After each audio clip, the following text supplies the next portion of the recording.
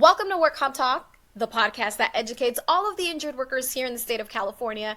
My name is Carmen, your host, and joining me today, I am excited because it is another winning strategy for those that are fighting the system. I have Itzel Tabarez joining me as our case manager in the company Pacific Workers, who also happens to be the sponsor of our podcast. If you need help with your case, with your claim, you want a second opinion, you just got questions going on, don't be afraid to check them out at pacificworkers.com. But without further ado, Itzel, welcome to the podcast. How are you? Thank you, Carmen. I'm doing well. Thank you for having me. We're excited to pick your brain because a couple of weeks back, we had our intake specialist, Laura Turon, who is joining us. And today it's your turn. We get to dive into the world of what actually happens behind the scenes in a workers' comp claim when it's being managed by an amazing team. And that's something that we highly live by here at Pacific Workers. So we don't tackle cases. Oh, it's your attorney. No, the case itself is tackled by an amazing team that consists of obviously the attorney. We have the case manager. In this case, we have Itzel. You have an assistant, right? The assistant case manager. There are team members within the company that also focus on nothing but getting those doctor appointments, which can be a setback for many cases, which we consider case coordinators that help coordinate all those appointments. And it's a lot happens, including our intake specialist, which we've already introduced you guys to. That was Laura Turon. And they also take care of making sure that you guys have all of the information necessary to move your case along and start on the right foot. So with that in mind, Itzel, I'm going to pick your brain today, and I kind of want you to walk us through what a day in the life of a case manager is. So let's start off by explaining what is the role of a case manager in a workers' comp claim. So basically, a case manager, like you already mentioned, there's an assistant case manager, a case manager, and an attorney on a team. There's obviously so much that goes behind the scenes. There's other departments that assist us, but we're the first contact with our clients after intake. So we hands-on work on the cases. We're, having that communication with them, letting them know updates of the case. We work with the attorneys, so we're all always on the same page. We want to ensure the cases are going forward. They're kept in the loop of what's going on or what the next steps are, or if there are any delays, why those delays are happening. So we really basically work on the case, whether it's, treatment, getting them into the QME, which is a state evaluator that they need to see if a deposition is set, letting them know what to expect, and basically just, from start to finish, making sure the case transitions smoothly and we reach the best outcome for our clients. I love that you broke it down in such a way where it truly does explain what is happening behind the scenes, because I think one of the biggest misconceptions that an injured worker can have is just maybe feeling a little bit like, okay, I haven't heard back from my attorney in 3 days. He's not doing anything. He's on vacation. And you telling us thoroughly right quick in the beginning what a case manager's role does in the sense of how in the case you guys are involved only shows me that, one, there is so much happening behind the scenes that even if you were to say, call an injured worker, right, to update them on their case, there would be so much time spent just giving them heads up, like, hey, this and this and this and this and this was happening, which again, is one of the biggest misconceptions that I feel like a lot of clients have, like, what's going on behind the scenes? Why am I not getting called? But it truly does mean that there is things happening behind the scenes that are very important and that take time. And honestly, it's not just like a file sitting on someone's desk. Things are happening behind the case. With that, I kind of want to say, roughly, if you can tell me, about how many entries into a case of messages would you say are inputted into one case, like of the lifespan of a case that you've probably worked on? Like, would that be in the hundreds, thousands? Like, Oh, thousands for sure. There's just so much going on all the time. We try to keep our clients updated that even if you're not, receiving texts from us, getting notices in the mail, or phone calls, it's not because nothing is being worked on. It's just the process and system itself is so slow that we're doing our best to push everything forward. But it would be impossible to keep every single client informed from one little step to another. So whenever it is major changes or major updates, we rather do these every so and often than, bugging them so often, because everyone has things to do in their everyday lives. So we Of course. focus on taking the care of the case so they can go ahead and take care of what they have going outside of the workers' comp system, and we'll keep them updated if we ever need anything from them, or just to kind of keep them in the loop. But I would definitely say there's thousands of notes, documents, text messages, faxes that come in every day. I believe you. There's been times where someone will accidentally send our general mail inbox email, right? And this is usually an email that is used primarily for marketing purposes. If we have newsletters that we're subscribed to as a company, they usually get delivered to that inbox. But once in a blue moon, someone gets a hold of that email and then they send us important documents that pertain to a specific case we might be handling in the law firm. So then I have to then figure out, okay, first of all, I don't know who this person is, right? I don't work on the cases. My job is to work on the podcast. So, of course, I don't want to bother you guys because I know you guys are super busy. So, it's really quickly for me to do a quick search of our client and kind of figure out what team it belongs to. But man, when I'm in there, I'm not going to say I don't look a little bit, but I do. And the amount of entries I see sometimes, it's like insane. Sometimes I can see cases that have over 1,000 entries and they've only just started their case a few months prior, right?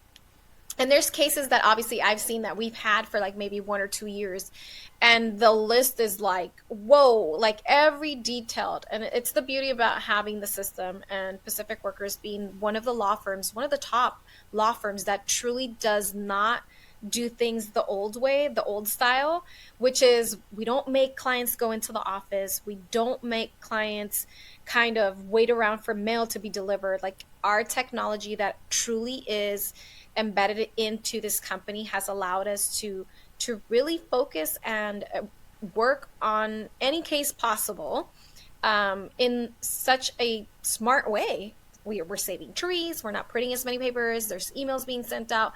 Now, no, if you're watching this podcast, please don't think that we're trying to tell you no one else in the world does it. Of course, there's other companies that also have the same systems that we use. I mean, we have the app, the case status app, which allows the injured workers to keep track of their case and to communicate directly with you guys as case managers or with the assistant case manager. And most importantly, I think the value of a case manager, in my opinion, and you can correct me if I'm wrong, Itzel, is just being able to, I don't know, thoroughly communicate with your attorney who's also busy on other cases as well, right? And for you to help him be that second pair of eyes, in the sense of if an urgent email came in and he's in the middle of a hearing for another case, you have that email in front of you where you're like, I know I have to get this to him ASAP. So it's kind of like having an extra attorney on the team without the title, right? Like it's a case manager, someone who's also on top of every single case. And even though, like you mentioned earlier, you're not kind of reaching out to the client every little step of the way, but giving these bigger, I guess, updates when Mm-hmm. big things happen. I don't want people to take that the wrong way and say, well, why wouldn't they call me for the littlest change? Trust me, it's so much that happens behind the scene, right? So I definitely think that it's a misconception that people feel like nothing is being done. And I truly wish they had an opportunity to, and they do, I think at the end, right? You guys send out their entire file, their case Yes. file.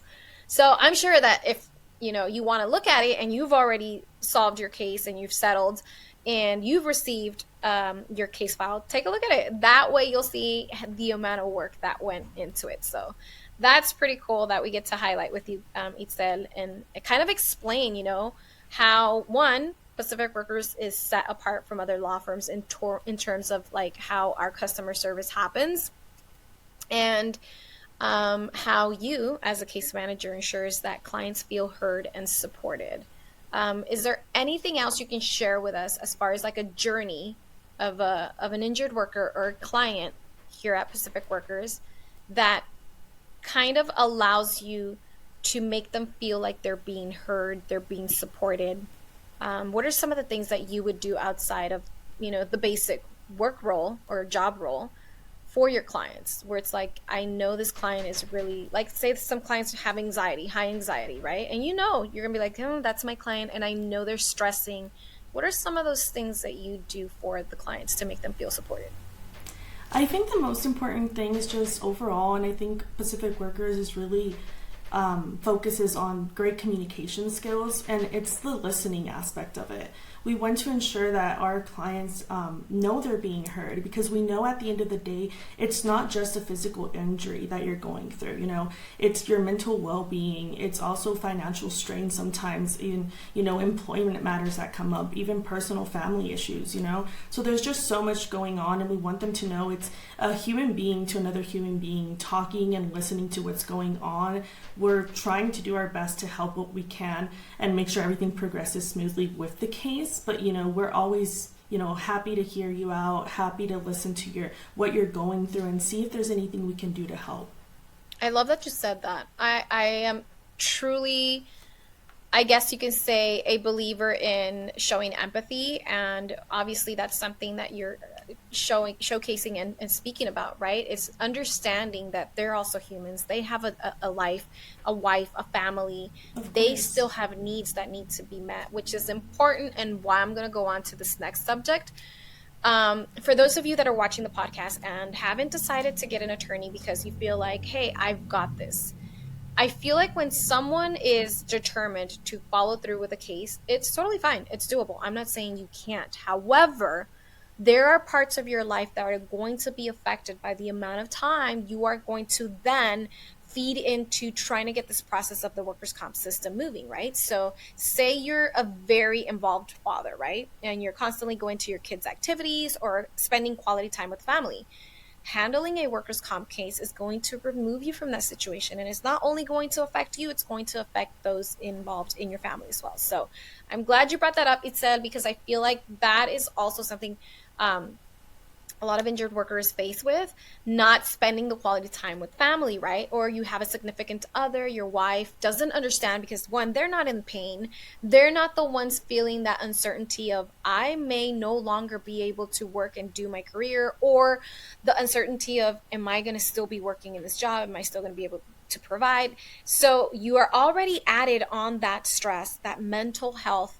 Just, it's kind of like adding 5-ton rocks on your back, and you still have to put on a happy face. You still have to be there for your family, and it can become, depressing. It can become so much on your plate that you no longer know how to handle it, and it's just going to be all chaos. So handling a workers' comp case is not easy, but there are amazing teams that I think not only help you ease of mind. Bilal always says this: you don't know what you don't know. And for those that have never studied workers' comp and it's not their legal profession, it's really easy for you to not see those little red flags that you guys would see or the attorneys will see. And knowing that someone has your back and that you're going to be able to focus on your recovery, you're going to be able to focus on your life in general while someone else is handling the legal aspect. Oh my God, the amount of rocks that will be lifted from your shoulder are insane. Have you ever had a client say, I should have done this sooner? Yes. Not all clients, like in the podcast that Laura previously mentioned with my colleague, sign up with us right away. It's Right. not like, I was injured, let me give them a call, let me get an attorney. Sometimes they're more towards the middle of the case or towards the end of the case. And at that point, they're just so frustrated with things that maybe did go wrong, and they want us to help correct or help explain or, see what we can improve throughout the process, because there's always something that we can do. So they definitely let us know, I don't know why I didn't do this sooner. I don't know why I didn't contact you in time, for me to have had maybe a better outcome, a better doctor. Just be able to focus, like you mentioned, on your everyday life, on your family, on your recovery, because going through the system is not easy, being in pain and then still having to do everything else you usually do and then having to manage your case. That's just something, that you can take off your shoulders by giving us a call. Let us, the intake specialist, discuss what's going on, give us some details. If we can help you, we'll be happy to do so. And you'll have so many hands working on your case and you won't have to worry about any of that. Yeah, it's like you don't have to spread yourself thin. I love that. Can you share a specific example of a time where you've helped probably one of your past clients overcome a challenge in their case that you can think of? There's just so many. I think one of the most common ones, for example, sometimes our clients, because they are injured, they're placed off of work or they have restrictions their employer cannot accommodate. So they are entitled to, it does depend on each case, but usually to workers' comp benefits. So let's say, I don't have an income, I'm off of work, I can't focus on my recovery because I'm not working and I can't pay my bills, or, I have kids that I need to take care of. So I think the most common thing is, issues with those benefits. We want to ensure if you are indeed entitled to them, why you're not receiving them, or if you're receiving them, sometimes they're delayed. You have bills to Yeah. pay, you have deadlines to meet, and we're all human beings that need things for our lives. So we always do our best to make sure that you're getting the benefits you're entitled to. And that's just one of them. Our clients sometimes aren't aware of everything they're able to apply for example, mileage reimbursements, out of pocket reimbursements when applicable. So it's just so many things that having legal representation can help you throughout these things. And I think it's just like so many different concerns that you may have that you can't resolve by yourself. And even if you try to like Google it or chat GPT it, like, It's um, the thing I think with workers' comp cases, which some people aren't aware of, is each case is unique. We yeah, cannot compare one case to another, even if it's identical injured body parts, same employer, because at the end of the day, there's so many factors involved. The insurance carrier, who the adjuster is, how you were injured, when it happened. So many things that come into play that you cannot compare yours even to a coworker, to a relative, to a friend, to a family. Every single case is treated and worked on as its own. We cannot compare one to another, and we want to ensure that your case is unique and it's just for yourself. yeah. I'm glad you shared that because that's very important. How would you say you guys communicate with clients to keep them updated on their case progress? Like, what is the go-to that most injured workers want to use when they're getting informed about some changes in their case or updates, any type of information? So we do use the application case status, which we've found really useful because sometimes it's a little bit quicker to get hold of us through text messaging than giving us a call. And it's not because we don't want to take the call, it's because we have other introductory calls with new clients, or we have other scheduled calls to give certain updates, with cases. So if that's ever the case, a quick text message, hey, can I get an update? Or maybe I received this in the mail. Can I send you a picture? What is this about? And it's sometimes a lot quicker because it's more hands-on in replying to a text message. And, when we take a call, we want to ensure we're dedicating that time to discuss any concerns with you, any questions, giving updates. But text messaging, I guess it's the easiest way for the little quick updates. And when it's more thorough conversations, that's whenever we can pick up the phone, have a thorough conversation, give detailed updates. And that's not necessarily an issue. It's more of just of a scheduling and factor that comes into play, making sure the client is available, making sure we're available. So sometimes it is easier for them to say, hey, can you give me a call this day at this time, and get something scheduled in to ensure both parties have the time available for that. Or that you even have the answer to their question, right? Because it's like, Of how lame course. would it be that you're asking for something and I can't even help you? And it's like, I literally took time off of my day to kind of figure this out. So, yeah, communication is key. So, I'm glad to know that a lot of people are using the Case Status app, which, again, it's an app that truly does allow you to see where your case is going, what your case is up to, and most importantly, get a hold of the team, right? Um, I'm going to pick some of the common misconceptions that people may think, or that I can think of, that people may think that you guys do as case managers. And correct me if I'm wrong, Itzel. Is it true or false that some injured workers think that you, as a case manager, are the attorney?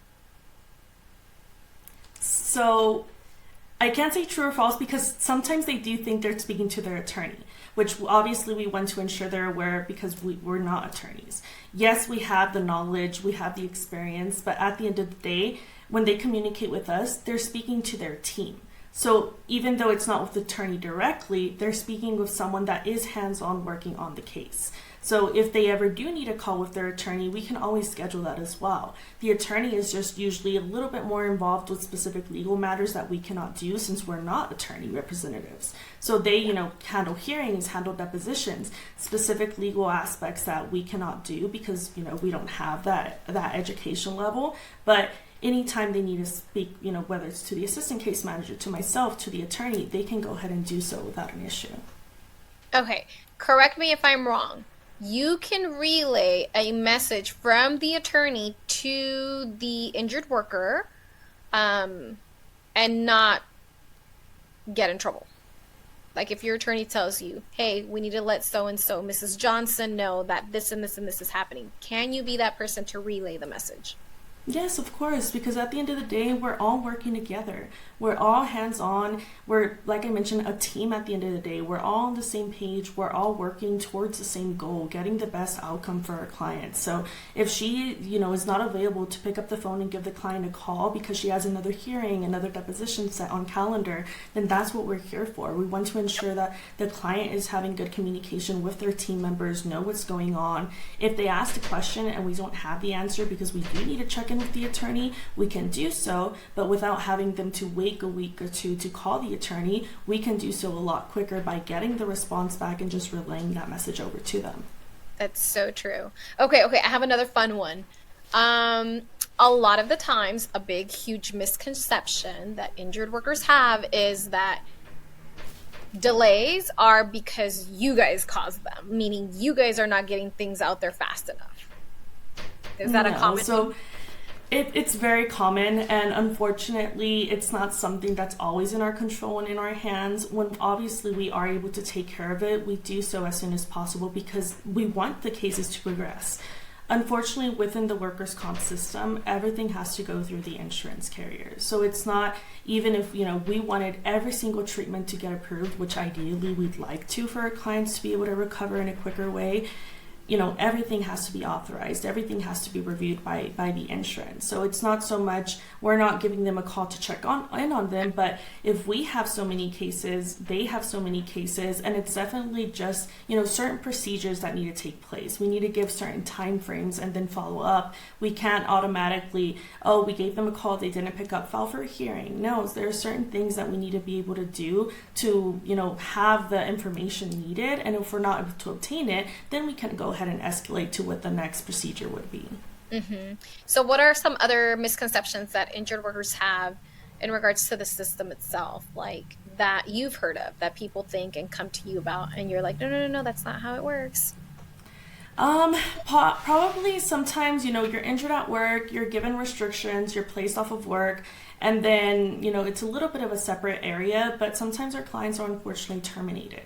So we are able to look into this because it's obviously not something that we would have liked to happen. Right. We really couldn't do anything to prevent it because at the end of the day, we communicate with the insurance, not with the employer directly. So usually when that comes, we have to look into it a little bit more, see if it's something we're able to assist with, or if at the end of the day, maybe they need an employment attorney, for example. But sometimes what happens is they're terminated and they say, is my case closing? Am I not able to pursue it anymore? And that's wrong. You can pursue the case because at the end of the day, it was filed correctly, it was reported to the employer, you were working when you were injured, so it's still an active workers' compensation case, and we can still follow up with treatment. We still want to ensure you can receive benefits. We have to look into the requirements to make sure you meet these, but we can still continue the case without an issue. Interesting. What is the most rewarding part for you when you get to deliver news as a case manager to an injured worker? I think the best part and most rewarding would probably be just knowing that we help them throughout something so difficult. At the end of the day, we do our best to get a best outcome, whether it's, a settlement amount or just ensuring that they recover to a full extent when possible, because obviously sometimes it's not possible for you to go back to a 100% recovery because of the injury. So if that's the case, we know we can't make you whole again, but we want to make sure we took some weight off your shoulders, got you some benefits in the meanwhile, got you treatment, got you a settlement, and just knowing you're not just helping the injured worker, but like you had mentioned, you're helping their loved ones, you're helping their kids, their significant others, to make sure that they can continue with their life and can put this behind them once it's all concluded. That must be a really great feeling, right? When you've done everything possible, you know that the injured worker is not getting or missing, I guess in this case, any benefits that they would have been entitled to.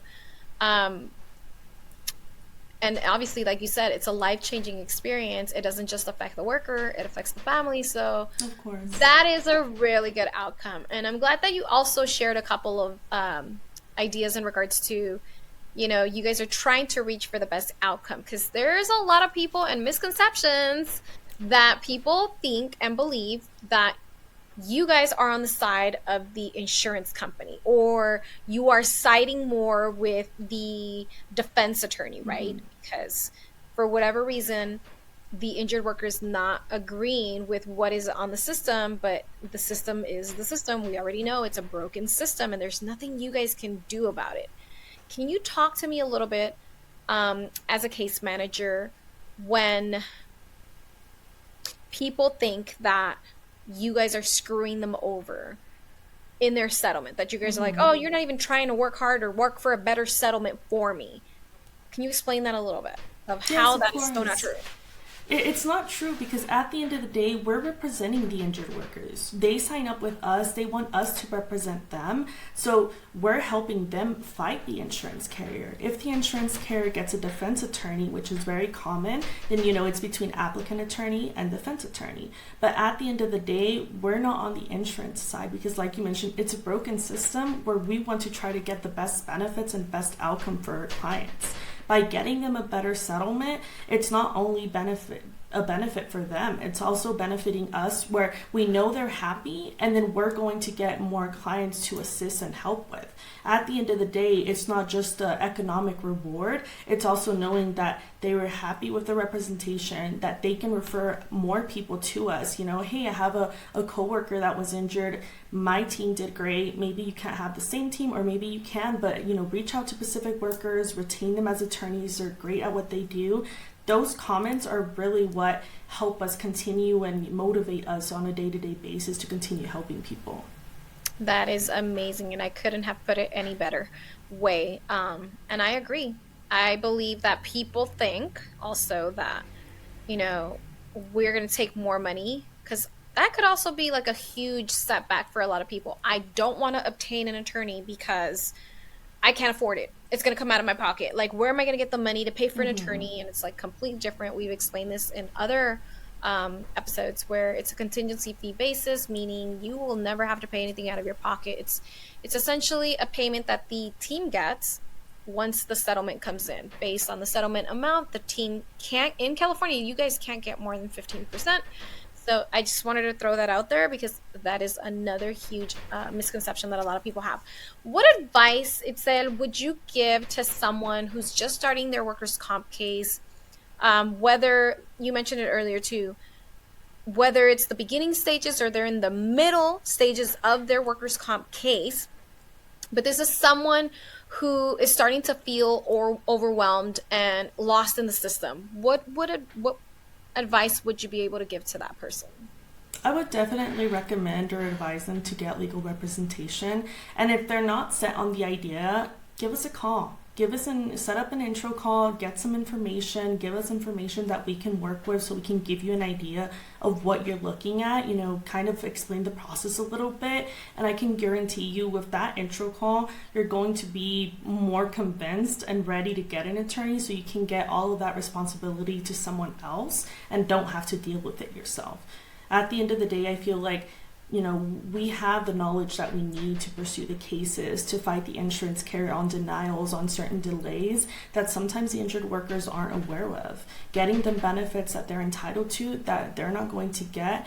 They could get them, but at the end of the day, if we are having a hard time communicating with the adjuster, the injured workers don't want to be on the phone 24/7 trying to get a hold of him either. So pass on that responsibility to us, and we'll be happy to take it.